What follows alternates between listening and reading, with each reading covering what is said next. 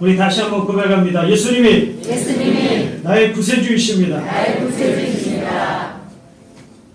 오늘 제목 다시 한번 우리 한번 읽어보겠습니다. 외쳐보겠습니다. 축복을 구해도 될까요?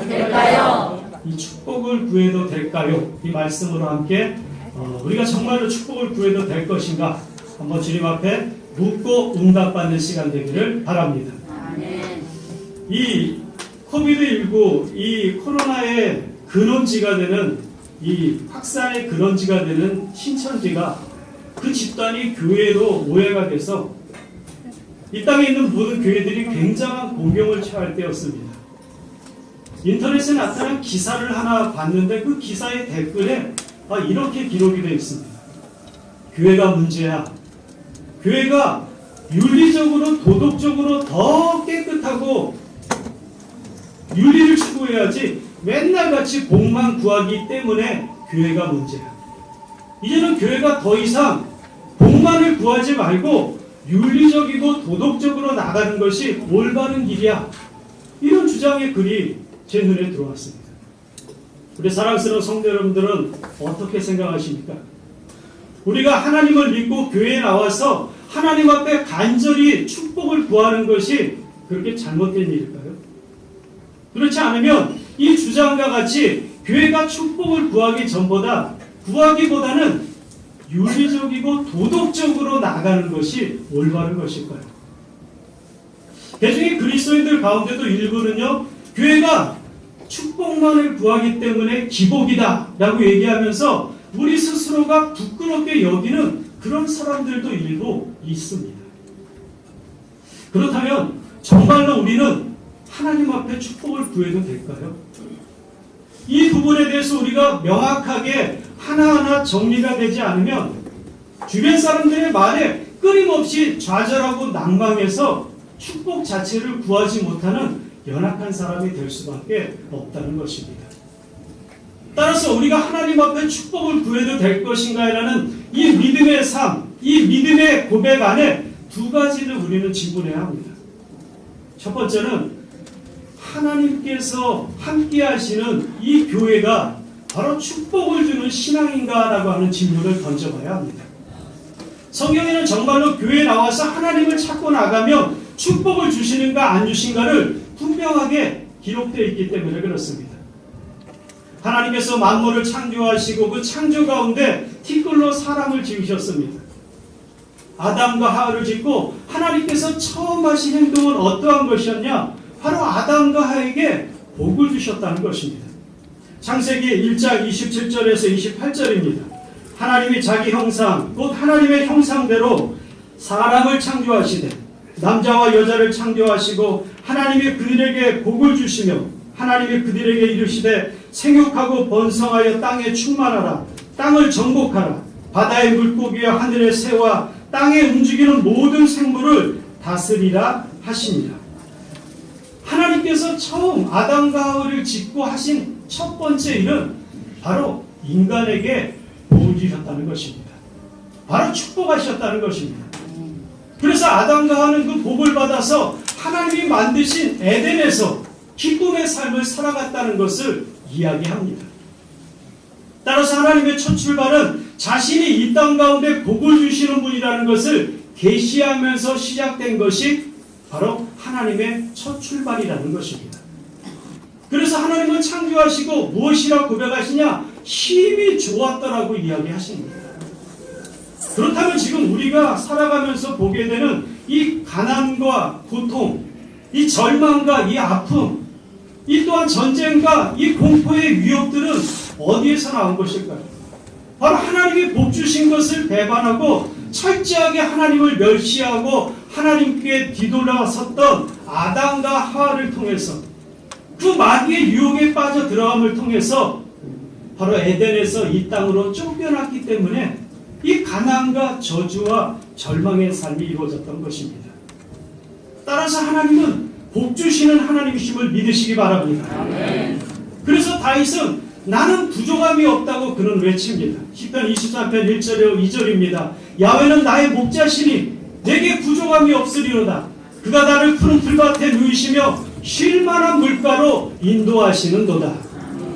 바로 하나님께서는 결코 가난과 절망과 저주를 주신 분이 아니라 이 땅 가운데 축복을 주신 축복의 하나님이십니다. 예수님은 어떠셨을까요? 예수님도 이 땅에 오셔서 하신 일은 병든 자를 고치시고 가난한 자를 부유케 하시고 연약한 자를 일으켜 세워주시고 하나님의 능력과 권세로 그 10년 가운데 복을 주셨다는 것입니다. 성경에는 이런 내용이 가득 차 있습니다. 예수님이 풍랑과 파도 속에 공경에 빠졌을 때 예수님은 즉시 그들을 그 공경에서 건져내 주십니다. 또한 먹을 것이 없어 굶주린 그들에게 예수님 하늘을 보시고 축사하사 오병이어를 통해서 5,000명을 먹이시고 12바구니나 남게 하십니다. 또한 썩어서 냄새가 나는 나사로에게 가서 나사로야 나오라 라고 불러서 그를 다시 한번 이 땅 가운데서 살아갈 수 있게끔 해주신 분, 바로 예수님 역시도 이 땅 가운데 축복을 가지고 오신 분입니다.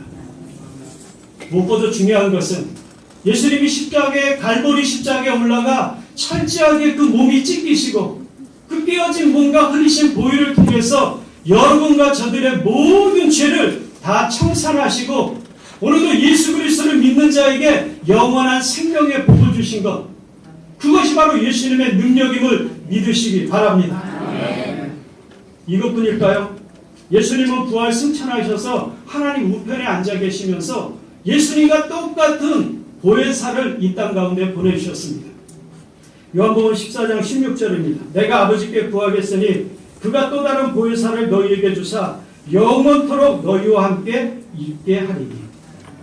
바로 지혜의 영이 되시고 모사의 영이 되신 그 성령님께서 이 땅에 우리와 함께 하셔서 하나님을 알게 하시고 구원을 알게 하시고 예수 그리스도의 십자가의 대속과 영원한 영생의 삶을 깨닫게 하여 주셔서 지금도 무능한 우리들이 유능한 삶을 살아갈 수 있는 삶으로 바꾸어 주신 그 축복의 삶이 바로 예수 그리스도를 통하여 이루어지고 있는 것입니다.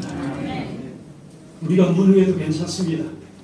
주님과 동행하며 주님과 함께하며 나가는 삶이 될 때 주님께서 우리를 새롭게 변화시켜 주시는 것입니다. 저는 그것을 삶 가운데 경험해 봤습니다.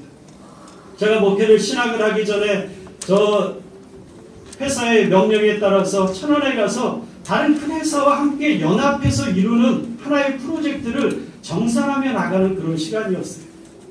상대방의 저하고 같이 얘기해야 될 사람은 차장으로서 그 현장에 오랫동안 있었기 때문에 그 모든 프로그램을, 그 프로젝트에 대한 내용을 아주 구체적으로 알고 있었습니다.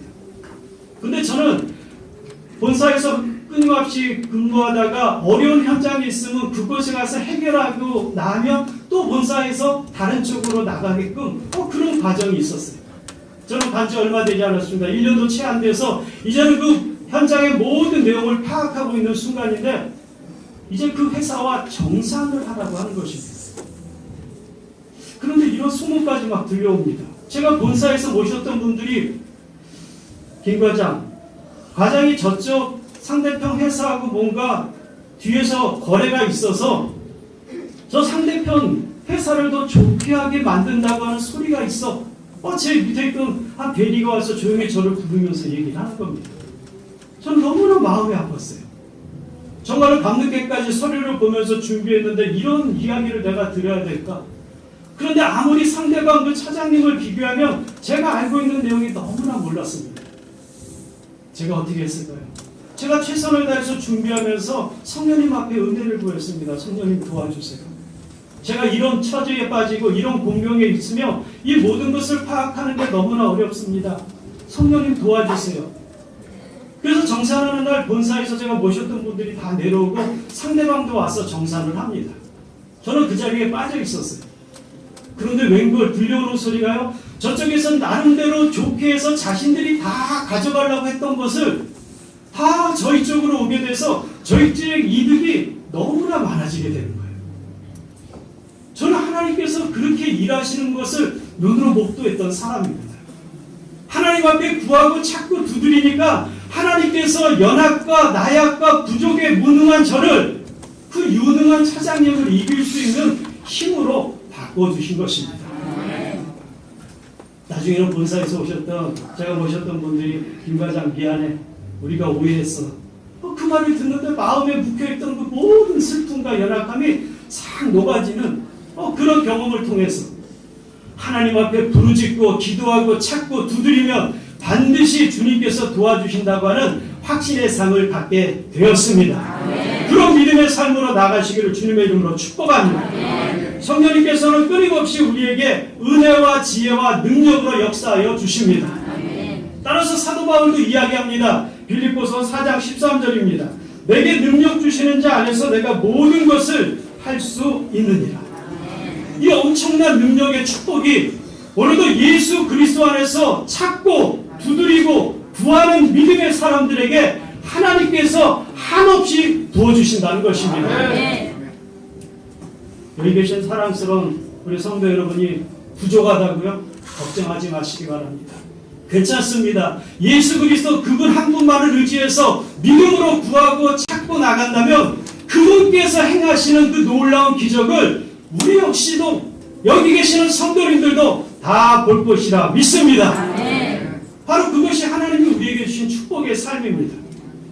이런 놀라운 축복이 우리 가운데 있는데 우리가 어찌하여 하나님 앞에 구하지 않고 두드리지 않고 찾지 않을 수 있겠습니까? 하나님께서 주시겠다고 하는데 이것을 우리가 거절한다면 그것은 하나님의 뜻에 대적하는 것이요 하나님의 뜻을 걷어차는 어리석은 삶이라는 것을 이야기한 것입니다. 성령님은 지금도 우리에게 지혜의 영으로 모사의 영으로 우리를 또한 카운셀링하는 위로의 영으로 역사하여 주셔서 우리의 삶 가운데 끊임없이 말씀하시고 인도하시고 복으로 나갈 길로 인도하시는 놀라운 하나님이신 줄 믿으시길 축복합니다. 로마서 8장 26절입니다. 이와 같이 성령도 우리의 연약함을 도우시나니 우리는 마땅히 기도할 바를 알지 못하나 오직 성령이 말할 수 없는 탄식으로 우리를 위하여 친히 간구하시느니라. 비록 우리가 무기력해 보이고 무능해 보여도 성령님을 인정하고 그분과 함께하겠다고 하는 믿음의 고백만 있으면 성령님께서 우리를 하나하나 바꾸어 나가신다는 것입니다. 아브라함은 하나님의 말씀을 따라 갈대 우르를 떠났습니다. 그러나 하나님의 말씀을 따랐던 아브라함에게도 공경과 연약함은 있게 됩니다. 그리고는 자신의 아내를 처절하리만큼 여동생으로 속이면서 자신의 생명을 살리려고 애썼던 사람입니다. 그러나 하나님께서는 그 아브라함에게 약속하셨기 때문에 그 아브라함에게 공경과 삶을 다 물리쳐 주시고 도리어 그에게 축복을 받고 애굽에서 나올 수 있는 은혜를 주십니다. 주님이 만지시고 주님이 바꾸시고 주님이 고치시면 이제는 믿음의 조상으로 아브라함아 아브라함아 이제야 내가 나를 경외하는지를 내가 안다고 하는 그런 믿음의 삶을 깨닫게 하는 것 우리가 하는 것이 아닙니다. 전능하신 하나님께서 우리를 그렇게 인도해 주시는 것입니다. 그 믿음의 삶으로 당당하게 나가시기를 축복합니다. 이렇듯 성령이 축복을 약속하는데 우리가 축복을 거절한다면 이것은 도리어 하나님의 뜻을 대적하는 것입니다. 따라서 오늘도 축복을 끊임없이 구하면서 나가시기를 주님의 이름으로 축복합니다. 오늘도 복을 구하지 말라는 것은 성경의 가르침이 아니라는 것을 우리는 알 수가 있습니다. 그래서 오늘 마태복음 7장 7절에서 8절도 이야기합니다. 구하라 그리하면 너에게 주실 것이요 찾으라 그리하면 찾아낼 것이요 문을 두드리라 그리하면 너에게 열릴 것이니 구하는 이마다 받을 것이요 찾는 이가 찾아낼 것이요 두드리는 이에게는 열릴 것이니라. 저는 이 말씀을 들을 때마다 제가 아프리카에 갔었을 때의 기억이 좀 납니다. 저는 교회 명령에 따라서 아프리카 케냐와 우간다를 6주 동안 갔다 왔습니다. 양자 목사의 명령을 따라서 아프리카를 다 돌아보며 시골 교회까지 저 마사이족이 있는 12개 개척한 그 교회까지 다 둘러보면서 선교사님의 사역과 하나님의 임재를 하나하나 경험했습니다. 제가 거기서 깨달은 것은 오지라고 하는 것은 시간과 공간과 환경이 저 산골짜기에 있는 것이 오지가 아닌 것을 깨달았습니다. 제가 시골 교회를 갔는데 예배가 끝난 다음에 저희가 소개라고 하니까 한 젊은 여학생들이 달려와서 사진을 찍자고 하는 겁니다. 저는 걔가 굉장히 멋있어서 사진을 찍자고 하는 줄 알고 우쭐했는데 나중에 이야기를 들어보니까 이런 색깔의 피부를 가진 사람들을 처음 봤다는 겁니다. 그러면서 기념으로 남기기 위해 사진 좀 찍자고 하는 것을 깨달아 제가 느꼈을 때, 오지라고 하는 것은 저 두메 산골 사람이 없는 것이 오지가 아니라 바로 예수님이 그리스도라고 하는 복음이 들어가지 않는 장소가 바로 오지인 것을 아주 크게 깨달았습니다.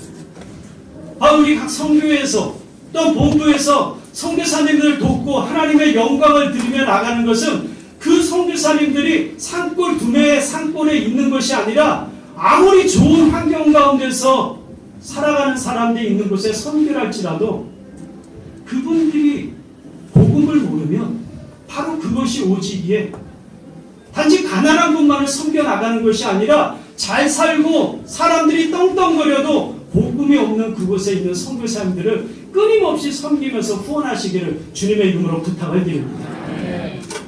제가 거기서 마지막에 가서 시골교회를 예배를 드리고 저희들이 할 것을 다 끝나니까 식사를 하자고 하더라고요. 간단하게 식사를 하니까 귀한 손님이 오셨다고 음료수를 하나 주시는 거예요. 그 우간다에서 그 음료수 하나가 또 나름대로 사람들에게 굉장히 먹고 싶은 거였더라고요. 제가 이렇게 들고 있다가 저쪽에 보니까 아장아장 걷는 아주 조그만 어린아이가 있어서 제가 음료수를 이렇게 아이한테 줬어요. 근데 엄마의 품에 있던 그 아이가 한두 걸음 오더니만 잉! 그러면서 다시 엄마 품으로 돌아가는 거예요. 그래서 저는 그때 깨달았습니다. 내가 되게 무섭게 생긴 사람이구나. 그래서 얼굴을 활짝 웃으면서 입을 보이면서 그 음료수병을 내미니까 세 걸음 오다가 다시 돌아갑니다. 그리고 얼굴을 피한 다음에 그것을 줬는데도 또 오다가 끝내는 으앙 울면서 돌아가 엄마가 제 손에 있는 음료수를 가져다가 그 어린아이에게 주는 것이에요. 저는 거기서 큰 것을 깨달았습니다. 얼굴색이 하나 달라도 이렇게 무서워하는데 우리의 눈에 보이지 않았던 전능하신 하나님, 그 하나님을 우리가 두려워하는 것은 아닐까? 하나님은 저와 같이 끊임없이 음료수를 주고자 복을 주기를 원하셔서 끊임없이 가져가라고 하는데 어린아이같이 우리 스스로가 생각해서 두려워서 가지 못하고 있는 것은 아닐까? 저는 그때부터 하나님 앞에 구하고 찾고 두드리는 것은 그 마음, 하나님 아버지의 약속의 말씀을 가지고 주님 앞에 매달리고 나가야 된다고 하는 확신을 그 우간다의 시골교회에서 제가 경험하게 되었습니다.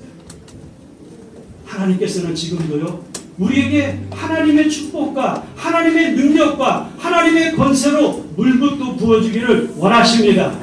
그것을 다 받으시기를 주님의 이름으로 축복합니다. 그렇다면 우리가 이렇게 축복을 받고 사는 것으로 마무리가 되어야 될까요? 아닙니다. 두 번째 우리는 우리 스스로에게 질문을 해야 됩니다. 그것은 바로 축복은 윤리와 도덕과 상관이 없는 것인가? 라고 하는 질문입니다. 두 번째로 축복의 신앙이 윤리와 도덕이라는 것입니다. 세상 사람들이 점집을 가서 점을 치고 구술하고 또 그들이 가서 미래를 보고자 하고 하는 목적은 단 한 가지라는 것이에요. 오직 나만을 복받겠다고 하는 마음이 그들의 마음속에 있다는 것입니다. 그래서 그들은요, 자신들이 복받는 비결이라면 몇 천만 원, 몇 백만 원을 내고 구술하고 몇 천만 원을 내고 점집에다가 복채로 드리면서 자신만 복을 받겠다고 이야기합니다. 그래서 이런 일이 있었습니다. 가끔 이런 말을 언급할 때마다 저는 마음이 좀 편치 않습니다. 왜냐하면 미신적인 복을 찾는 그들 역시도 몇 천만 원, 몇 백만 원을 갖다가 드리면서 복받기를 원하는데 정작 예수 그리스도를 통하여 생명을 살려서 영원한 영생의 삶을 살아가도록 우리에게 인도하셨는데 우리는 얼마만큼 하나님 앞에 드리면서 나가는가 질문을 던지면 어쩔 때는 좀 부끄러운 마음이 있습니다. 혹시 주님 앞에 드릴 때 주저하거나 이거는 드려도 될까? 안 드리면 어떨까? 이런 생각을 혹시 갖고 있었던 분이 있다면 우리는 하나님의 은택을 기억해야 합니다.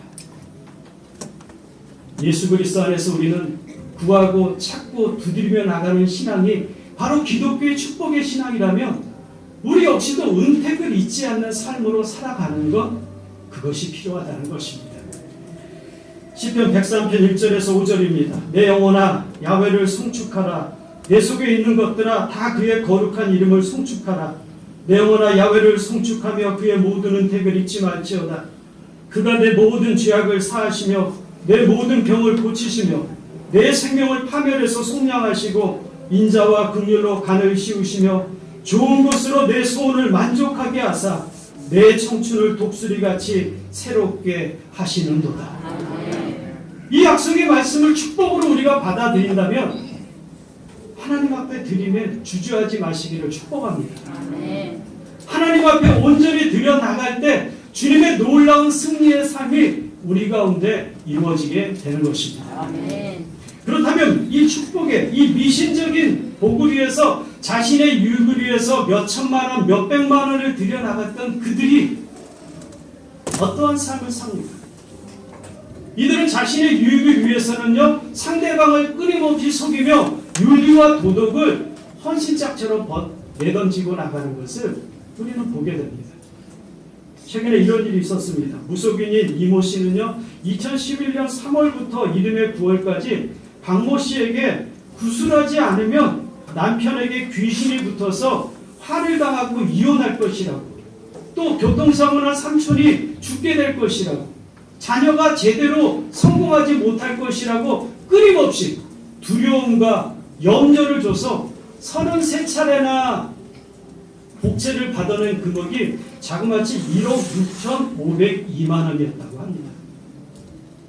상대방의 두려움을 통해서 자신의 축복을 추구했던 이와 같은 것을 볼 때 이들은 자신의 유익을 위해서 윤리와 도덕을 헌신짝같이 던져버리는 것이 바로 미신적인 축복이라고 하는 것입니다. 그렇다면 예수 그리스도 안에서의 축복의 삶은 무엇이 다를까요? 바로 하나님을 믿는다는 것은 다른 것이 아닙니다. 바로 하나님의 심판을 하나님께서 반드시 심판한다는 것을 항상 머릿속에 생각하며 살아가기에 우리가 받는 축복은 윤리와 도덕을 벗어날 수 없는 그와 같은 축복임을 믿으시기 바랍니다. 시편 96편 13절입니다. 그가 임하시되 땅을 심판하러 임하실 것입니다. 그가 의로 세계를 심판하시며 그의 진실하심으로 백성을 심판하시리로다. 전도서 11장 9절입니다. 청년이여 내 어린 때를 즐거워하며 내 청년의 날들을 마음에 기뻐하여 마음에 원하는 길들과 내 눈이 보는 대로 행하라. 그러나 하나님이 이 모든 일로 말미암아 너를 심판하실 줄 알라. 전도서 13장 14절입니다. 하나님은 모든 행위와 모든 은밀한 일을 선악간에 심판하시리라. 히브리서 9장 27절입니다. 한번 죽는 것은 사람에게 정해진 것이요 그 후에는 심판이 있으리니. 사랑스러운 성도 여러분, 이런 하나님의 냉엄한 가르침과 교훈이 있기에 하나님을 믿는 백성들은 하나님의 축복을 받는 것으로 끝나는 것이 아니라 자신의 삶 가운데 은밀하게 역사하시는 하나님의 그 선함과 은혜를 깨닫게 되는 것입니다. 따라서 우리가 하나님 앞에 한없이 원없이 축복을 구한다고 그것이 잘못된 것이 아닙니다. 그 축복에 따른 하나님의 신앙의 삶과 거룩한 삶으로 주님 앞에 나가고 있다면 우리는 두려워하지 말고 하나님 앞에 구할 수 있는 것입니다. 요셉은 형제들의 미움을 받아서 미디안 상인에게 잡혀 애국으로 팔려갑니다. 시나의 한 집에서 이제는 총무로서 자신의 삶이 이제는 좀 좋아지만 하니까 그 아내가 눈을 꿈뻑꿈뻑 한쪽을 꿈뻑꿈뻑 하면서 끊임없이 요셉을 유혹합니다. 요셉은 그 꿈뻑이는 눈에 자신의 윤리적이고 도덕적인 신앙을 내던지고 살면 그 삶은 편하게 살아갈 수 있는 삶입니다. 그러나 요셉은 어떻게 합니까? 창세기 39장 9절입니다. 이 집에는 나보다 큰 이가 없으며 주인이 아무것도 내게 금하지 아니하였어도 금한 것은 당신뿐이니 당신은 그의 아내이니라. 그런즉 내가 어찌 이 큰 악을 행하여 하나님께 죄를 지으리까? 바로 요셉의 머릿속에는 하나님께서 항상 자신과 함께 하시고 자신을 돌보시기도 하지만 하나님께서는 마지막 때에 반드시 자신을 심판하신다는 것을 알고 있었기 때문에 그 유혹에서 넉넉하게 이겨나갈 수 있는 힘을 갖게 된 것입니다. 그러자 하나님께서는 그 요셉을 애굽의 총리로 세워서 하나님의 구원의 사역에 아주 크게 사용하고 있는 것을 우리는 이미 알고 있습니다. 요셉은 그 유혹과 연약함을 이겨냈지만 이겨내지 못한 사람도 있습니다. 다윗은 하나님께서 축복을 받아서 통일왕국의 왕이 되었습니다. 그가 이제는 암몬과의 싸움이 돼서 싸움에 나가야 되는데 싸움에 나가지 않고는요 침상에서 저녁까지 잠을 잡니다. 그리고는 왕궁 옥상을 거닐다가 한 여인이 눈에 들어옵니다. 그 여인이 목욕하고 있는 것을 보자 그가 마음속에 탐욕이 들어옵니다. 그리고 그 여인을 불러서 하나님 모르게 주변 사람 다 모르게 완전 범죄의 죄를 범합니다. 그리고는 충신 햇사람 우리아가 자신의 범죄가 드러날까 하니까 우리아를 통해서 완전 범죄를 꿈꿨으나 충신답게 행하는 그 믿음의 삶에 다윗은 마음이 조급해지자 요압을 시켜서는 암몬과의 전쟁에 최일선에 내보내서 그가 암몬의 그 쏘는 화살에 맞아 죽게 만듭니다. 다윗은 이제 완전 범죄를 이루었기 때문에 전혀 꺼리낌이 없었습니다. 그러나 사람들은 모르지만 하나님께서는 다윗의 일거수일투족을 알고 계시기에 나단 선지자를 보내서 처절하리만큼 다윗의 죄를 하나하나 지목주목 책망을 합니다. 그때 다윗은 어떻게 합니까? 칼을 빼서 나단을 죽이는 것이 아니라 하나님께서 자신을 심판하신다는 것을 깨닫자 그가 무릎을 꿇고 하나님 앞에 간절히 기도합니다. 시편 51편 1절에서 2절입니다. 하나님이여 주의 인자를 따라 내게 은혜를 베푸시며 주의 많은 긍휼을 따라 내 죄악을 지워주소서. 나의 죄악을 맑게 씻으시며 나의 죄를 깨끗이 제하소서. 바로 우슬처럼 자신의 죄를 하나님 씻겨달라고 하는 겁니다. 하나님께서는 죄악에 빠진 하나님의 자녀가 실수하게 되면 또다시 기회를 줍니다. 다윗은 성령을 거두지 말라고 하는 간절한 간구 가운데 하나님을 붙잡습니다. 하나님을 붙잡은 다윗을 용서하십니다. 하나님께서는 지금도 우리의 삶 가운데 동일하게 축복은 그냥 굴러들어오는 것이 아니라 믿음의 삶 가운데 하나하나 차곡차곡 쌓이게 되는 것입니다. 성령님은 지금도 우리 가운데 내주하셔서 우리가 죄를 보하면 우리의 마음 가운데 하나님의 싫어하심을 깨닫게 하십니다. 그리고 그 깨달음을 통해서 회개하게 합니다.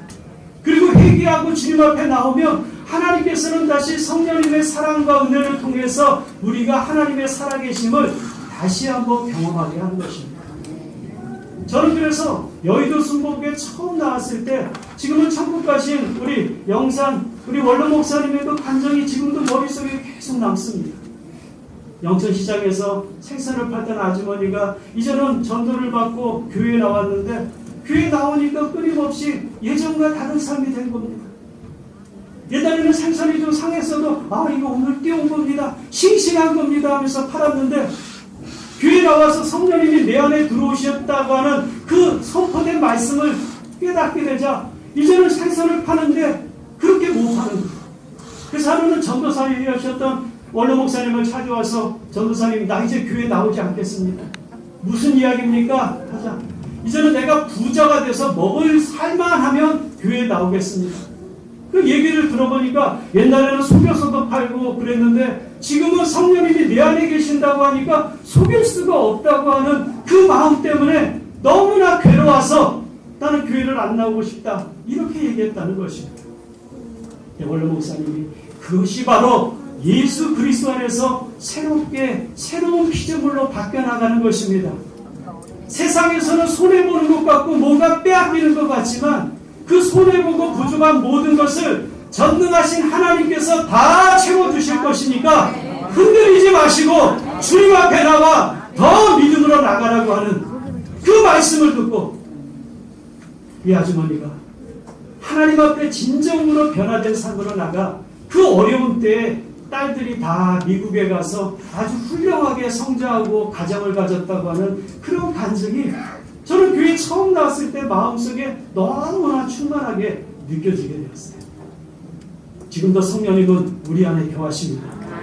우리 안에 거하셔서 우리의 잘하는 것은 칭찬해 주시고 우리의 연약한 것은 새롭게 변화시켜서 주님의 일꾼으로 주님의 생명으로 우리를 변화시켜 나가리라 믿습니다. 따라서 이런 믿음이 있는 하나님의 심판을 기억하는 사람들은 하나님의 심판을 기억하는 자녀들은 하나님 앞에 철저하게 믿음의 삶으로 나갈 수밖에 없습니다. 여기 계신 분들 가운데 하나님의 심판이 없다고 자신 있게 얘기하실 분들 계신가요? 아마 이 안에 계시는 우리 사랑스러운 성도 여러분들은 다 하나님의 심판을 알고 그 믿음 안에서 살아가기를 결단하고 있을 것입니다. 계시록은 이렇게 얘기합니다. 21장 8절입니다. 그러나 두려워하는 자들과 믿지 아니하는 자들과 흉악한 자들과 살인자들과 음행하는 자들과 점술가들과 우상 숭배하는 자들과 거짓말하는 모든 자들은 불과 유황으로 타는 못에 던져지리니 이것이 둘째 사망이다. 따라서 하나님 앞에 축복을 구하는 믿음의 신앙 안에서는 편임적으로 살아갈 수 없다는 것입니다. 하나님의 약속의 말씀을 믿고 나가는 삶들은 성령님이 내 안에 계시고 하나님의 놀라운 은택을 기억하기에 하나님을 닮아가며 하나님과 똑같은 믿음의 삶으로 칭찬받는 삶으로 살아가기를 결단하는 것입니다. 그래서 세상적인 손해가 있어도 하나님이 채워주실 것을 우리는 믿고 나갈 수 있는 것입니다. 그래서 예수님이 약속하십니다. 세상 사람들도 하나를 심고 100을 심으면 하나나 100을 거둘 수 있다. 그러나 믿음의 자녀들은 하나를 심으면 100배, 60배, 30배 결실을 맺게 줄 거니까 세상에 대해서 두려워하지 말고 나만을 믿고 나오라고 예수님은 지금도 말씀하시는 것입니다. 100배, 60배, 30배 결실을 맺기를 원하신다면 오늘도 하나님 앞에 부르짖고 축복을 구하며 하나님께서 베풀어 주시는 은혜 가운데 하나님의 심판을 기억하면서 예수님 안에서 거룩하고 성결한 삶으로 살아가는 것, 그것이 바로 축복받는 저와 여러분들의 모습입니다. 종종 우리는 거룩함에 대해서 두려워합니다. 나 같은 게 무슨 거룩하겠냐. 그러나 거룩이라고 하는 것은 두 가지의 단계가 있다는 것을 꼭 기억하시기 바랍니다. 예를 들면 이렇습니다. 한 보물장수가 수많은 보물이 쌓여있는 곳에 보물을 정리하다가 하나 쓸만한 녹그릇을 발견하는 겁니다. 그래서 그 보물장수가 이 녹그릇은 내가 써야지 그러고 옆에다가 구별해 놓는 것, 그것이 바로 거룩입니다. 저와 여러분들이 성령님을 통해서 중생을 통해 예수 그리스도를 구세주로 믿고 나가는 그 자체가 이게 카도시 구별된 삶이기에 거룩한 삶이라는 것입니다. 그런데 그 구별된 녹그릇을 더러운 데 쓸 수 있을까요? 바로 보물장수가 그 녹그릇을 쓰기에 깨끗이 닦는 것과 같이 하나님께서 성령님을 우리 가운데 보내셔서 우리를 하나하나 닦아주시고 변화시키시고 깨트리시고 새롭게 해주시고 새로운 피조물로 살아갈 수 있도록 만들어주시는 것, 그것이 바로 거룩입니다. 오늘 이 아침에 주님의 전에 나와 예배하는 이 자세가 바로 하나님 앞에 거룩한 삶임을 믿으시길 바랍니다. 이 거룩한 삶을 통해서 하나님의 약속과 능력을 다 누려나가는 믿음의 삶이 되기를 축복합니다. 그래서 예수님도 마태복음 3장 2절에 그 첫 사역을 이렇게 얘기합니다. 회개하라, 천국이 가까웠느니라. 회개라는 것은 무엇일까요? 바로 윤리와 도덕적인 신앙의 삶으로 돌이키라고 하는 것이 바로 회개라는 것입니다.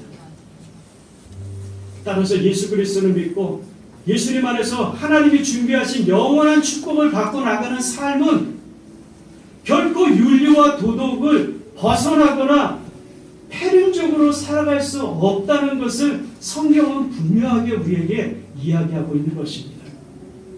따라서 예수 그리스도 안에서 살아가는 우리 사랑스러운 성도님들은 끊임없이 하나님 앞에 구하시길 바랍니다. 어떤 사람이 기복이다 얘기해도 우리가 살아있는 동안 문제가 있고 삶에 어려움이 있으면 하나님 앞에 나와서 도와달라고 빌기 때문에 기독교는 기복을 벗어날 수 없는 것입니다. 만약에 하나님 앞에 빌지 말라고 하는 것은 예수님께서 이뤄놓으신 죄에 대하여, 의에 대하여, 심판에 대하여 깨닫게 하신 그 축복의 삶을 걷어차는 것과 마찬가지입니다.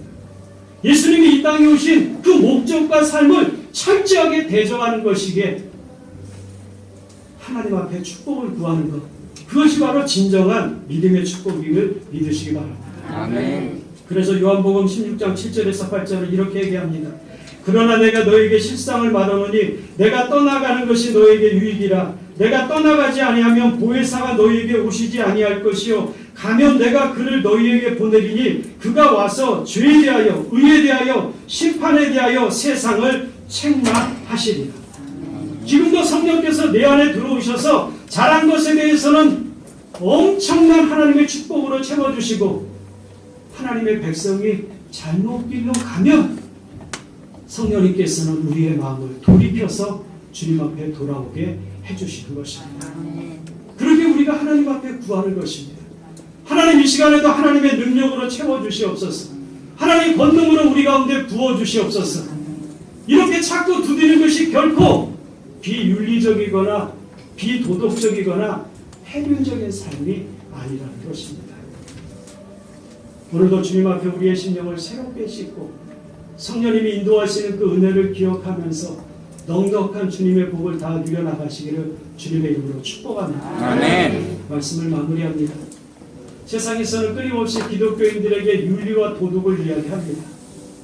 윤리와 도덕은 이미 축복받은 신앙 안에 들어가 있기 때문에 교회에서 축복을 구하지 말라고 하는 것은 하나님의 일하심을 방해하는 것입니다. 윤리와 도덕을 배우기 위해서는 학교에 가서 배우면 됩니다. 그러나 철저하게 교회에 와서는 예수 그리스도를 통하여 갈보리 십자가 밑에서 주님께서 활짝 열어놓으신 죄 용서와 또한 하나님께서 역사하신 치료의 권세와 또는 하나님과의 담이 띄어진 그 하나님 화해의 삶 그리고 치료와 축복과 영생의 삶을 구하고 나가는 것 그것이 바로 우리에게 하나님 주신 특권이요 하나님의 축복임을 믿으시기 바랍니다. 이 믿음을 가지고 남은 한 주간 주님 앞에서 구하고 찾고 두드려 주님께서 준비하신 놀라운 복과 승리를 다 누려나가시기를 예수님의 이름으로 축원을 드립니다. 축원을 드립니다. 축원을 드립니다.